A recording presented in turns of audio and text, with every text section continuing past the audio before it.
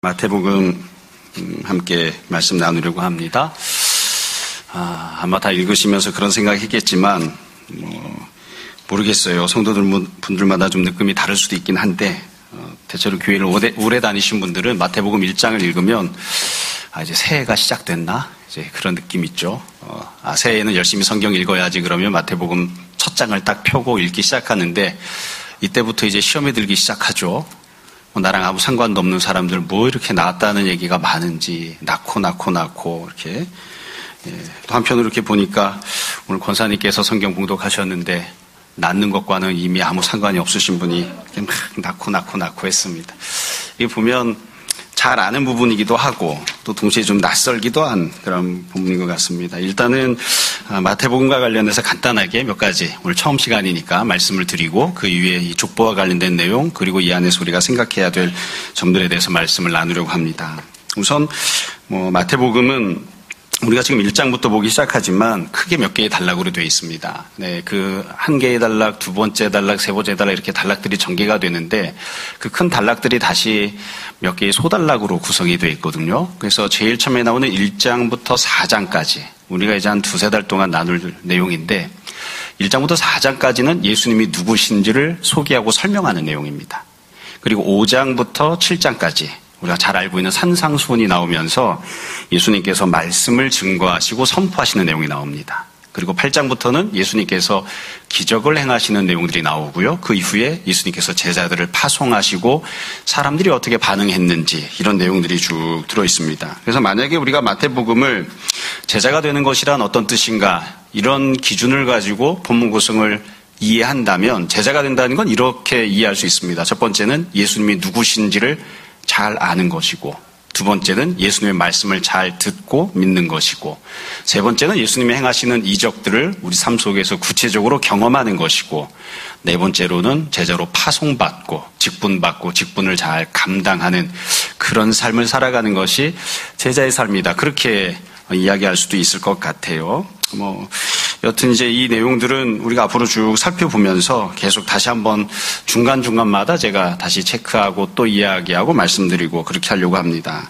처음 말씀드린 것처럼 1장부터 4장까지가 맨 앞에 나오는 첫 소단락인데요. 이 안에는 예수님께서 누구신지를 설명합니다. 그래서 1장, 2장은 예수님의 탄생을 기준으로 탄생 이전에 있었던 일, 탄생 이후에 있었던 일을 중심으로 예수님에 대해 소개를 하고요. 3장, 4장에서는 예수님의 공생의 사역이 시작되는 것을 기점으로 공생의 사역 이전의 일, 공생의 사역 이후의 일들을 기준으로 예수님께서 어떤 분이신지를 쭉 설명하고 이야기를 하고 있습니다. 사실 이런 내용들 이야기할 때 제일 좀 졸립죠. 이게 본문 내용도 아니고 여튼 기본적으로 우리가 생각해야 될 점들을 말씀을 드렸고요. 그 다음에 이 본문을 보면 이렇게 족보로 되어 있잖아요. 그래서 족보와 관련된 내용을 한두 가지 말씀을 드리려고 해요. 일단 좀 익숙하신 분도 있고 처음 듣는 분도 계실 텐데 족보라고 하는 단어를 히브리어로는 톨레도시라고 합니다. 그래서 그냥 일상적으로 이야기할 때 톨레도시 나왔다 그렇게 이야기를 해요. 그러니까 족보, 계보, 톨레도 똑같은 표현입니다. 저는 그냥 설교하거나 앞으로 이야기할 때도 그냥 톨레도시라고 하는 단어를 관용어처럼 쓸 테니까 왜 어려운 히브리어를 쓰나 이렇게 생각하지 마시고 이제 족보라는 얘기구나 이렇게 이해하시면 됩니다. 지금 본문에 보면 톨레도시 나왔는데 이 톨레도시 갖고 있는 그런 특징이 있습니다. 역할이 있습니다. 가령 우리나라에서도 족보가 중요했죠. 이게 신분제 사회였기 때문에 족보가 매우 중요했습니다. 그래서 족보가 어떤 형태로 기록되어 있는지 또 어떤 내용을 담고 있는지에 따라서 시대가 좀 달라지기도 했고요. 또 과거에 제가 이제 대학 다닐 때 수업 들을 땐 그렇게 이야기하더라고요. 고려 시대까지는 족보에 여자들도 이름이 들어가 있었다. 그러니까 여자들이 이름이 들어가 있는 게 중요한 이유가 있습니다. 왜 여자들이 이름이 들어갔느냐? 상속권이 있기 때문입니다. 그러니까 족보에 이름이 들어가 있으면 상속을 받는 거예요. 딸과 아들을 구분하지 않고 정확하게 똑같이 나누어서 상속을 해주었고요. 만약에 딸이 결혼을 한다 그러면 그 딸이 받아야 될 상속분을 가지고 시집을 갔습니다. 그런데 그 딸이 만약에 이혼을 했다 그러면 시댁에서 그 여자가 갖고 왔던 재산을 다시 그대로 돌려주었습니다. 그래서 족보에 이름이 들어가 있다 그러면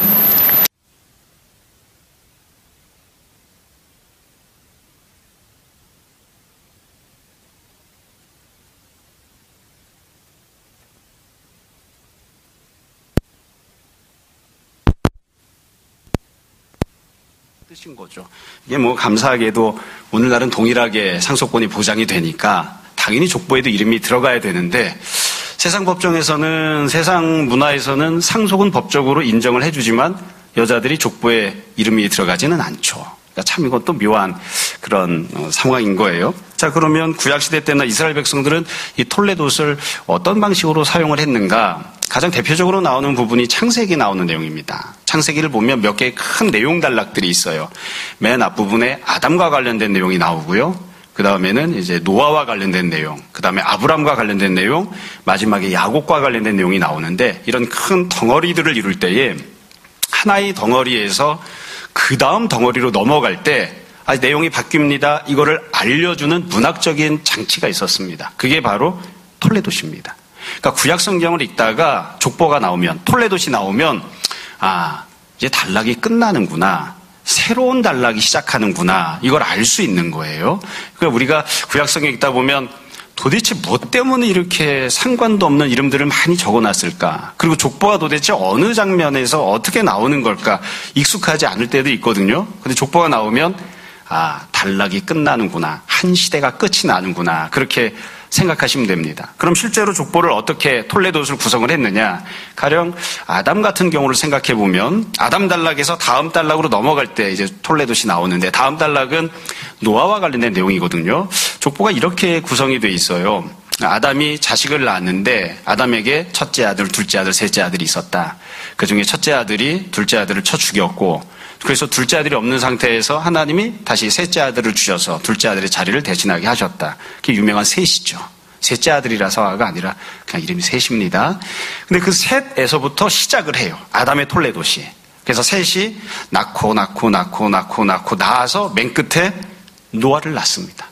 그러니까 이 아담의 톨레돗을 보면 아담의 여러 자녀들 중에 누가 믿음으로 살았는지, 누가 약속의 자녀인지, 누구를 통해서 메시아가 태어날 것인지를 여러 자녀 중에 한 사람을 찝어요. 그리고 그 사람의 톨레돗을 기록하는 거예요. 그래서 그 사람이 낳고 낳아서 맨 끝에 누구를 낳았느냐?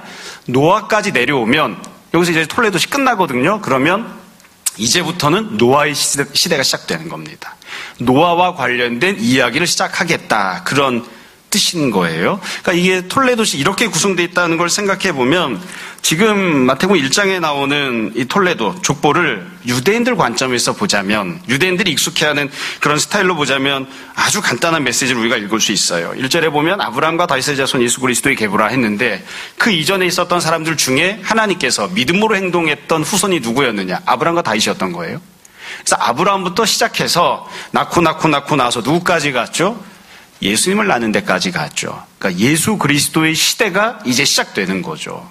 예수 그리스도가 메시아이시기 때문에 예수 그리스도와 관련된 내용들을 이제부터 시작할 겁니다 라는 것을 이 톨레돗을 통해서 쭉 이야기를 하고 있는 거예요. 그래서 사실 중간에 우리가 읽으면서 도대체 이게 이름도 다 비슷한데, 사실은 뭐 이렇게 이야기하면 좀 미안하긴 하지만 중간에 나오시는 분들은 잘 몰라도 됩니다.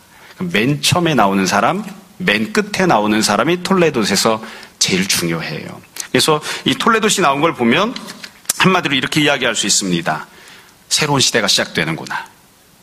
여지껏 있었던 것들이 다 정리가 되고 새로운 주인공이 등장하는구나. 이전과는 다른 사람, 이전과는 다른 시대, 이전과는 다른 일들이 시작되고 전개되겠구나. 그걸 알 수 있습니다. 이 톨레돗이 나온 자체가 그런 메시지를 담고 있는 거예요. 그래서 그냥 간단하게 이야기하면 이렇게 이야기할 수 있는 거죠. 앞에 여지껏 있었던 하나님께서 큰 은혜를 베푸셨던 구약의 모든 시대가 문을 닫고 예수 그리스도께서 새로운 시대를 여십니다. 예수 그리스도께서 복음의 선포를 시작하십니다. 복음의 시대가 이제 열리기 시작했습니다. 이 모든 것들은 다른 사람이 아니라 바로 예수님을 통해 시작됩니다. 이제 이 내용이 톨레돗이라고 하는 형식 자체 안에 들어있는 거예요. 그러니까 이걸 우리가 오늘 말씀을 나누면서 처음 기억을 해야 됩니다. 그러니까 누구든지, 이건 우리 일상생활, 신앙생활에서도 마찬가지예요. 누구든지 여지껏 살던 삶을 살지 않고 그만두고 새로운 삶을 살기를 원한다면 예수 그리스도가 우리 삶 속에 들어오시고 우리 삶의 주인이 되셔야 됩니다. 예수 그리스도를 통한 새로운 역사가 나타나야 우리의 개인적인 삶도, 우리의 가정도, 우리가 살아가고 있는 사회와 민족도 다 새로운 시대, 새로운 삶을 시작할 수 있습니다. 그러니까 톨레돗 자체가 그런 메시지를 담고 있어요.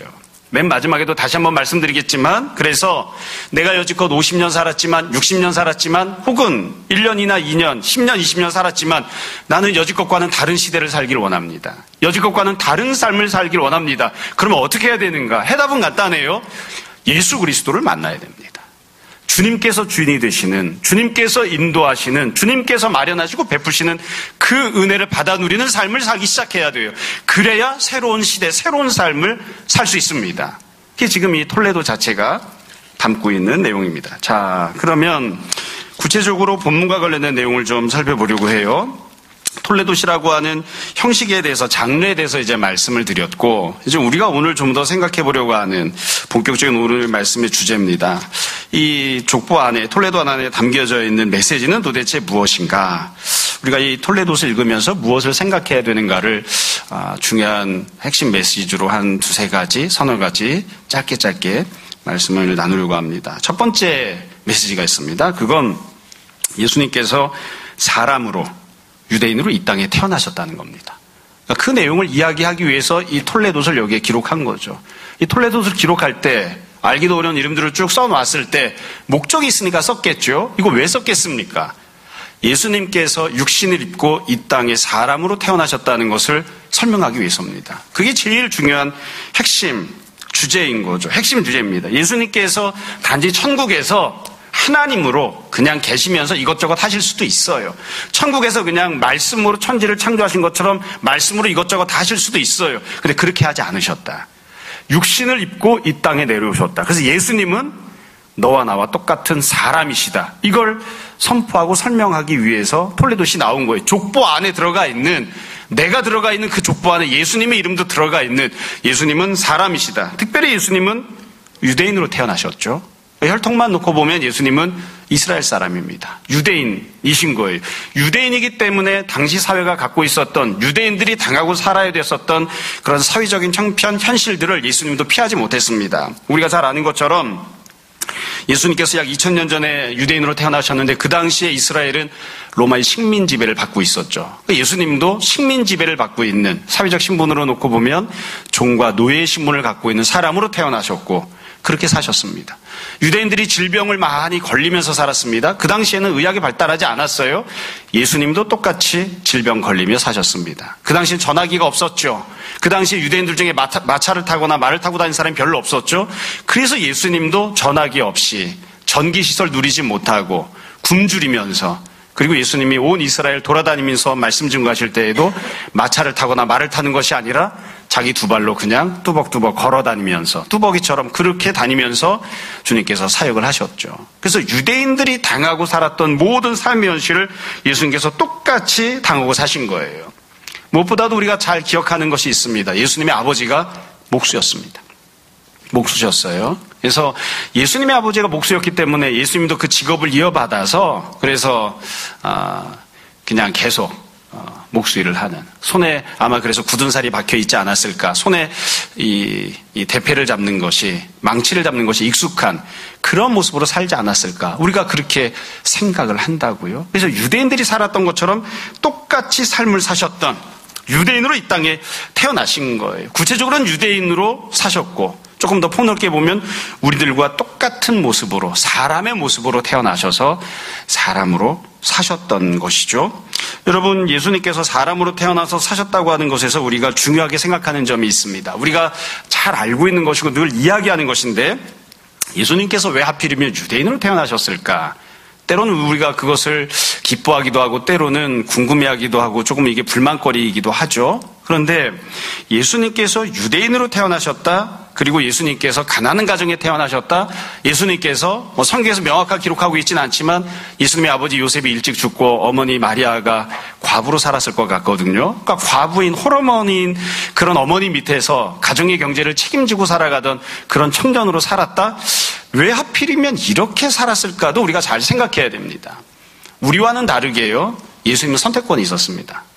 우리는 우리 부모님 가정에 태어날 때 내가 선택해서 그렇게 태어난 게 아니잖아요. 내가 갖고 있는 사회적 신분, 내가 갖고 있는 육체적인 건강의 정도, 내가 갖고 있는 IQ, 이런 것들을 내가 선택해서 태어난 게 아니잖아요. 태어났는데 내가 현재 갖고 있는 모습, 이 상황, 현실을 가지고 태어난 거죠. 반면 예수님은 그렇지 않습니다. 예수님은 모든 걸 선택하실 수 있었어요. 하나님이시니까. 어느 나라에 태어날지, 어떤 민족으로 태어날지, 어떤 사회 계층으로 태어날지, 어느 가정에서 태어날지, 집안의 첫째로 태어날지, 막내로 태어날지, 남자, 여자, 건강한 자, 연약한 자, 어떻게 태어날지를 예수님께서는 선택할 수 있었습니다. 예수님께서 이스라엘 땅에서 태어나실 때 유대 역사가 있는데 그 유대 역사 중에서도 어느 시점에 태어날지도 예수님이 선택 가능했어요. 선택할 수 있었죠. 기왕이면 이스라엘이 황금 시기를 구가하고 있을 때, 이스라엘이 전 세계를 다스리고 있을 때, 그럴 때 이스라엘 사람은 태어나실 수도 있었어요. 근데 그게 아니에요. 우리가 잘 알고 있는 것처럼, 우리가 또 늘 고백하는 것처럼 예수님은 선택이 얼마든지 가능하신 상황에서도 그럼에도 불구하고 높고 귀하고 많이 배우고 존경받고 그런 모습을 선택하지 않으시고 일부러 본인의 의지대로, 본인의 선택대로 낮고 가난하고 천하고 무시받고 그런 모습으로 태어나셨습니다. 이스라엘 역사 가운데에서도 식민 지배를 당하고 있었던, 조금 있으면 나라가 완전히 사라지게 될 그런 시점을 선택해서 태어나시는 거예요. 이 점이 우리가 예수님께서 사람으로 유대인으로 태어나셨다는 점을 이야기할 때 꼭 기억해야 하는 점입니다. 흔히 이야기할 때 사람에게는 권력의지가 있다고 이야기합니다. 사람이 태어났어요. 살고 있어요. 누구나 다 열심히 일해서 성실히 살아서 지금보다 정치적으로, 경제적으로, 사회적으로, 신분에 있어서 여하튼 조금 더 나은 사람이 되려고 하죠. 지금보다 조금 더 부자가 되고 지금보다 조금 더 높은 자리에 올라가고 그렇게 살려고 한다고요. 그런 권력의지들을 누구나 다 사실 다 갖습니다. 그래서 우리가 누군가가 삶을 살 때에 종종 누군가를 높이 평가할 때는 그 사람이 자신이 누릴 수 있음에도 불구하고 그것을 포기하고 내려놓았을 때 그 사람의 삶을 인정해주고 종종 존경하곤 하지 않습니까? 이게 어찌 보면 좀 비참하거나 좀 너무 지나치게 현실적인 이야기일 수도 있지만 내가 돈이 없어요? 가난하다고요. 그래서 어쩔 수 없이 부득이하게 검소하게 삽니다. 그런 경우가 많죠. 그런 경우가 많이 있죠. 아버지가 나를 두들겨 패요? 아니면 사회에서 나한테 막 멸시라고 그래요? 그래서 내가 찍소리 못하고 입을 다물고 조용히 살아요. 그런 경우들이 많죠. 그런 경우들이 많이 있습니다. 그럴 때 그 사람을 향해서 우리가 칭찬받을 만한 어떤 훌륭한 인품을 갖고 있다, 그렇게 이야기하진 않습니다. 어쩔 수 없이 그렇게 사는 거잖아요. 어쩔 수 없이. 돈이 많으면 내가 좋은 차를 타고 그냥 편안하게 살 텐데 돈이 없기 때문에 전철을 타거나 걸어 다니잖아요. 그걸 갖다가 칭찬해 주지는 않아요. 근데 돈이 많아요. 많이 배웠어요. 사회적 신분이 높아요. 그럼에도 불구하고 본인이 자발적으로 결정을 하고 거꾸로의 의지를 갖는 거예요. 더 높아지겠다는 권력의 의지를 갖는 게 아니라 정반대의 의지를 갖는 거예요. 내가 돈이 많지만 내가 돈이 10억이 있건 100억이 있건 1000억이 있건 나는 그저 한 달에 10만 원으로 15만 원으로 살겠다. 검소하게 살겠다고 결정을 한 거예요. 결심을 해요. 그래서 검소하게 삽니다. 그러면 우리가 그 사람을 보고 훌륭하다고 인정할 때들이 많이 있죠. 그러니까 예수님께서는 그런 의지를 갖고 이 땅에 오셨어요. 이게 예수님께서 육신을 갖고 이 땅에 오신 모습의 제일 중요한 특징입니다. 그래서 성도들을 향해서도 우리가 그런 이야기 하잖아요. 우리 스스로도 그렇게 이야기하잖아요. 주님께서 높아지려고 하는 권력 의지를 갖고 이 땅에 오신 게 아니라 낮아지겠다고 하시는 낮아짐에 대한 의지를 갖고 오셨으니까 성도들도 아무리 돈이 많아도 검소하게 살아야 된다. 아무리 사람들에게 존중받고 인정받을 만한 그런 모습과 위치를 갖고 있다 할지라도 겸손하게 살아야 된다. 다른 사람들이 나를 축켜 세우고 맨 앞자리에 내세워도 조용히 뒤로 물러설 줄 알아야 된다. 그게 예수님께서 선택하셨던 모습이니까 성도도 그렇게 살아야 된다고 하는 거예요. 물론 내가 돈이 없어요. 돈이 없어도 검소하게 살아야 됩니다. 검소하게 살겠다는 의지를 갖고 검소하게 살아야 됩니다. 성도는 그렇게 사는 거죠. 예수님께서 그렇게 사셨으니까요. 예전에 누군가가 영화평론을 하면서 그런 이야기를 한 걸 본 적이 있었습니다. 세상에 나오는 모든 영화들을 보면 다 영웅담이어서 어떤 사람이 전 세계를 막 구원했다 막 이러는데 톨킨이 쓴 반지의 제왕을 보면 정반대다. 세상의 모든 권력을 누릴 수 있는 절대 반지가 있는데 이 반지의 제왕 소설을 보면 어떻게 구성해놨냐면 그 반지를 어떻게 하면 얻어서 내 원하는 대로 사용할 것인가가 아니라 어떻게 하면 그 절대 반지를 갖다가 버릴 것인가, 어떻게 하면 그 절대 반지를 갖다가 없애버릴 것인가, 그것을 추구하러 간다는 거예요. 그러니까 그래서 톨킨이 썼던 소설이 그런 점에서 기독교적이라고 이야기하죠. 예수님께서 어떻게 하면 내가 권력 의지를 불태우고 가장 높은 권력을 획득하고 행사할 것인가, 여기에 관심을 두신 게 아니라 어떻게 하면 내가 이 땅에 가장 낮은 모습으로 와서 십자가에 못 박혀 죽임당할 것인가, 그리고 그렇게 희생하고 헌신하는 것을 통해서 하나님이 나에게 맡겨주신 사람들을 구원할 것인가, 그 주님께서 갖고 계셨던 의지예요. 다시 정리해서 말씀을 드립니다.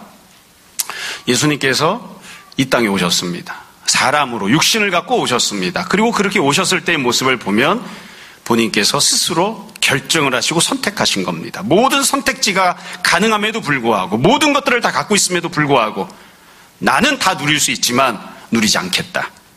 나는 다 가질 수 있지만 갖지 않겠다. 나는 가장 높은 자리에 위치할 수 있지만 가장 낮은 자리에 처하겠다. 그렇게 스스로 결정을 하시는 거예요. 그래서 낮아짐에 대한 의지를 갖고 실제로 그렇게 실행을 하셨습니다. 그게 주님께서 이 땅에 육신을 갖고 태어나신 모습이죠. 그러니까 우리가 이 족보를 보면서 첫 번째로 생각해야 될 메시지가 바로 이것입니다. 여러분, 우리는 사람이신 예수 그리스도를 믿습니다.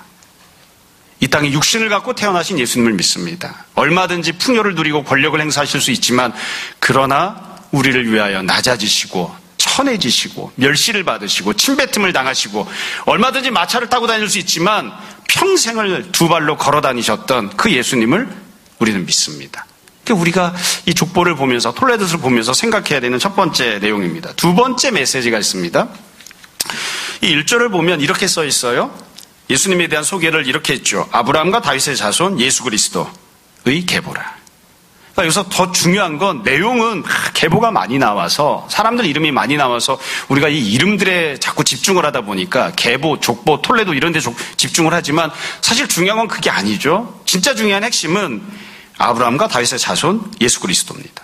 아브라함의 자손이신 예수 그리스도, 다윗의 자손이신 예수 그리스도. 이 표현을 우리가 잘 이해를 해야 됩니다. 종종 이게 족보라는 생각을 많이 해서 톨레도시니까 육적인, 혈통적인 후손에 대한 기록이라는 생각들을 해요. 그래서 예수님은 아브라함의 혈통상 후손인가 보다, 예수님은 다윗의 혈통상 후손인가 보다, 이런 생각을 하죠. 맞습니다.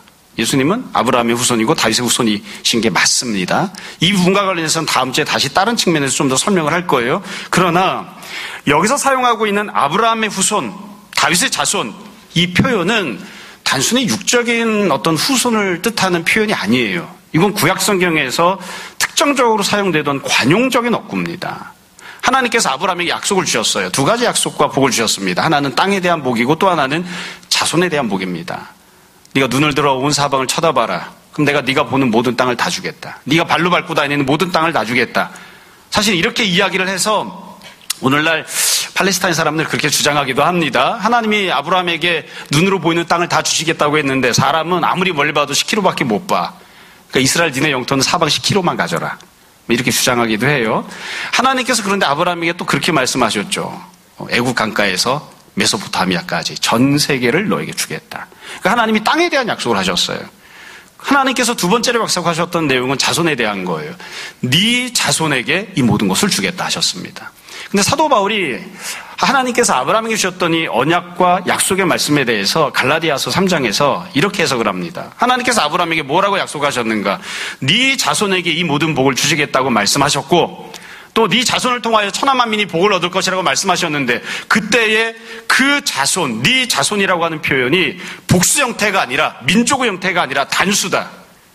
이게 사도 바울이 하는 설명입니다. 그러니까 하나님께서 아브라함에게 딱 한 명밖에 없는 아브라함의 자손을 향하여 온 땅과 그 땅들에 대한 통치권, 그리고 만복의 근원이 될 것이라고 약속하시고 말씀하신 것이다. 이렇게 단수로 표현된 그 자손이 누구냐? 바로 메시아이신 예수 그리스도다.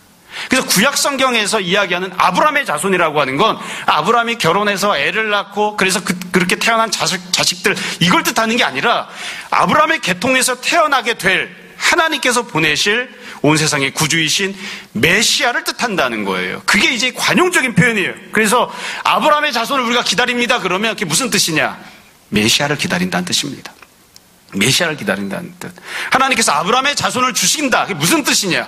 메시아를 주신다는 뜻이에요. 아브라함의 혈통의 후손들을, 이스라엘 백성들을 주신다는 뜻이 아니에요.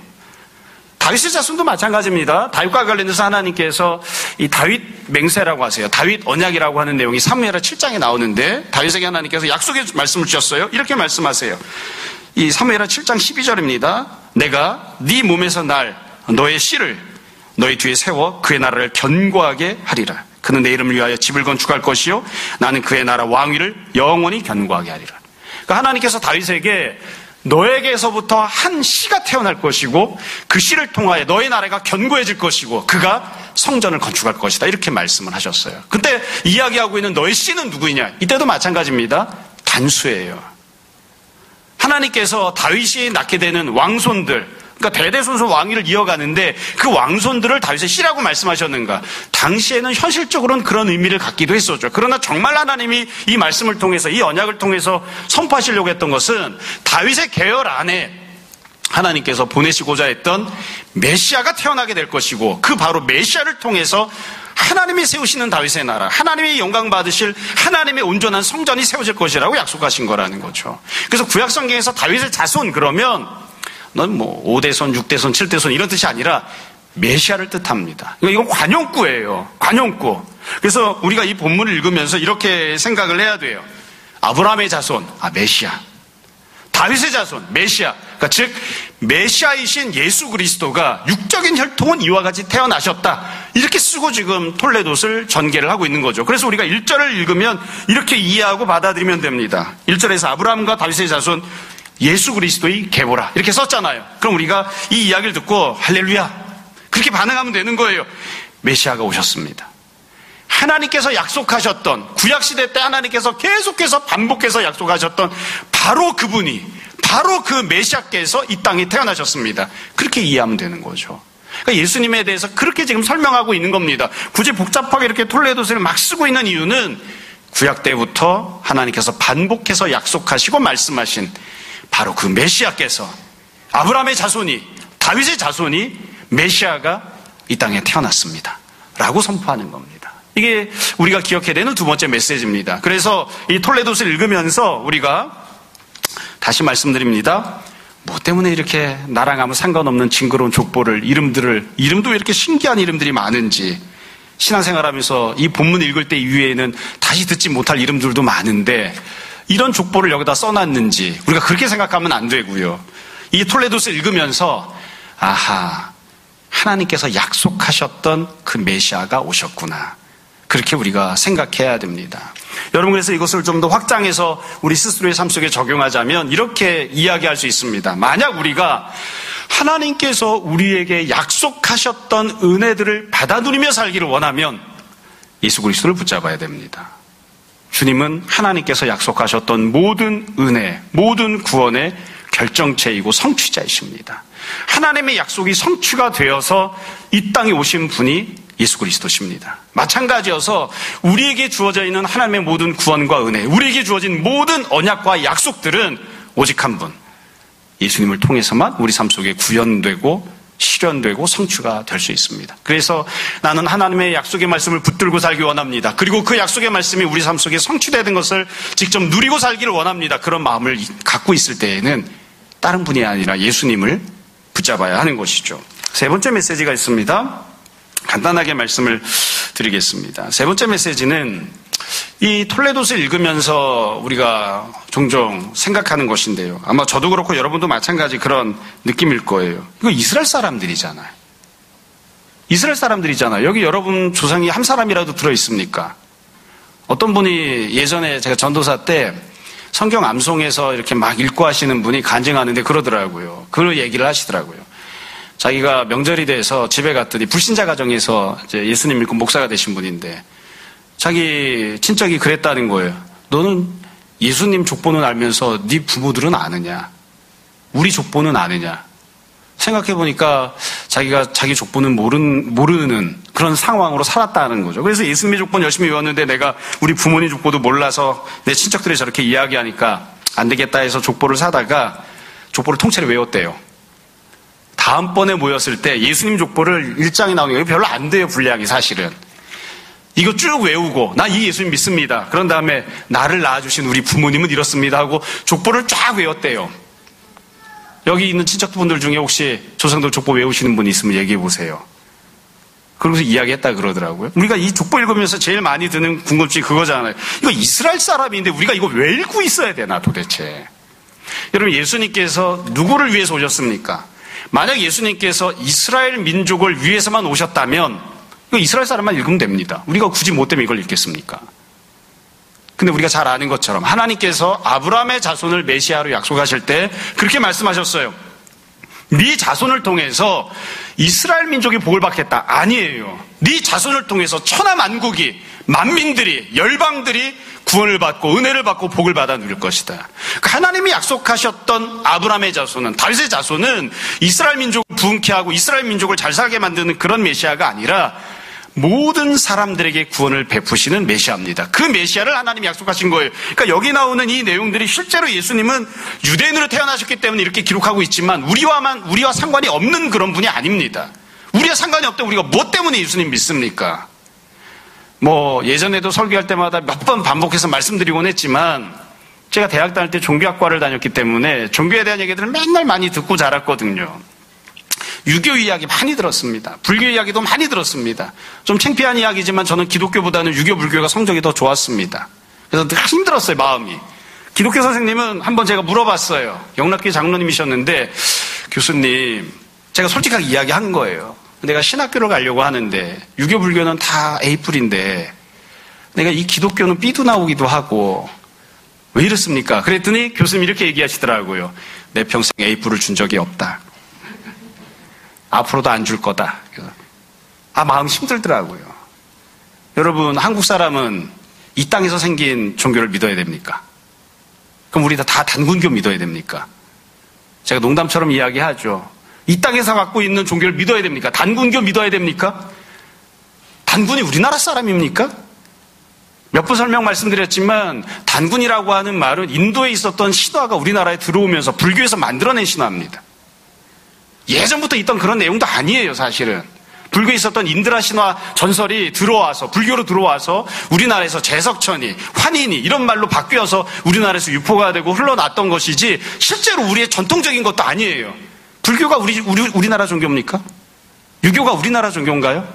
우리가 살고 있는 자본주의는, 북쪽에서 갖고 있는 공산주의는 우리나라 겁니까? 여러분, 여기서 종종 그런 이야기 한다고요. 왜 우리가 이스라엘 사람의 종교를 믿습니까? 아니, 우리는 이스라엘 사람의 종교를 믿고 있는 게 아닙니다. 하나님께서 우리에게 보내주신, 한국 사람들에게 보내주신 메시아이신 예수 그리스도를 믿고, 그렇기 때문에 그 메시아이신 예수 그리스도께서 이 땅에 육신 입고 오실 때에 유대인으로 태어나셨으니까 그와 관련된 내용을 조금 듣고 읽는 것 뿐이지, 우리는 이스라엘 사람이 한국 사람보다 우월하거나 이스라엘 사람들이 한국 사람보다 IQ가 높아서 그래서 그들을 더 존중하고 그들을 높이고 천만에요. 전 그렇게 생각하지 않습니다. 그래서 기독교를 믿는 것도 결코 아니고요. 제가 가장 우습게 생각하는 건 그거예요. 맨날 예전에 어렸을 때 목사님들이 그러시더라고요. 전 세계에서 가장 머리가 좋은 민족, 이스라엘 민족이래요. IQ 다 재봤나? 우리나라는 두 번째래요. 왜 우리는 스스로를 두 번째라고 이야기하죠? IQ 다 재봤나? 평균치를 내서? 전 국민 IQ 검사를 해봤나요? 저는 그렇게 생각하고 이야기하고 싶어요. 전 세계에서 IQ가 가장 높은 민족, 우리나라 민족. 근데 그게 무슨 의미가 있나요? 예수님을 안 믿으면, 하나님 앞에 온전히 서 있지 않으면, 머리 좋은 게 그게 도대체 무슨 의미가 있습니까? 다시 원래로 돌아가서요. 지금 세 번째 메시지를 말씀드리고 있습니다. 예수님은 누구를 위해서 오셨습니까? 예수님께서는 우리를 위해서 이 땅에 오셨습니다. 그래서 우리가 이 족보를 읽고 있는 겁니다. 우리와 아무 상관이 없다면 이 족보를, 이 톨레도스를 굳이 읽을 필요가 없는 거죠. 마지막으로 한 가지만 더 말씀드릴게요. 예수님께서는, 이건 사소한 문제처럼 보일 수도 있지만 하나님께서 약속하셨던 것처럼 혈통상 아브라함의 후손으로, 다윗의 후손으로, 유대인으로 오셨습니다. 하나님의 말씀이 성취가 된 것이죠. 우리가 이것을 부정할 필요는 없습니다. 다음 주에 되면 그게 본질이 아니고 더 중요한 본질이 있다는 내용을 18절부터 다시 설명을 할 거예요. 그건 이제 다음 주에 다시 말씀을 드리고, 그래도 여하튼 가장 중요한 가장 기본은 예수님 유대인으로 오셨습니다. 혈통상 아브라함의 자손으로, 다윗의 자손으로 오셨습니다. 그게 맞습니다. 그렇게 하나님이 약속하시기 때문입니다. 그러나 그렇다고 해서 아브라함의 후손들, 혈통상 후손들, 다윗의 혈통상 후손들에게만 국한되어 있는 그런 구원을 베푸시는 건 결코 아닙니다. 자, 이제 말씀을 정리하겠습니다. 어찌 보면 우리가 잘 알고 있는 내용이고 또 제가 오늘 드렸던 말씀도 우리가 잘 익숙하게 잘 알고 있는 그런 내용이 아닐까 싶습니다. 처음에 말씀드렸던 것처럼 1장부터 4장까지에서는 예수님께서 누구신지를 설명합니다. 여러 내용으로 예수님이 누구신지를 선포하고 우리가 반드시 알아야 될 지식들을, 복음에 대한 내용들을 알려줄 겁니다. 그 중에 제일 처음 지금 나오고 있는 내용은 이겁니다. 톨레도스를 기록해서 첫 번째로 예수님께서 사람으로, 유대인으로 우리와 똑같은 모습으로 이 땅에 오셨습니다.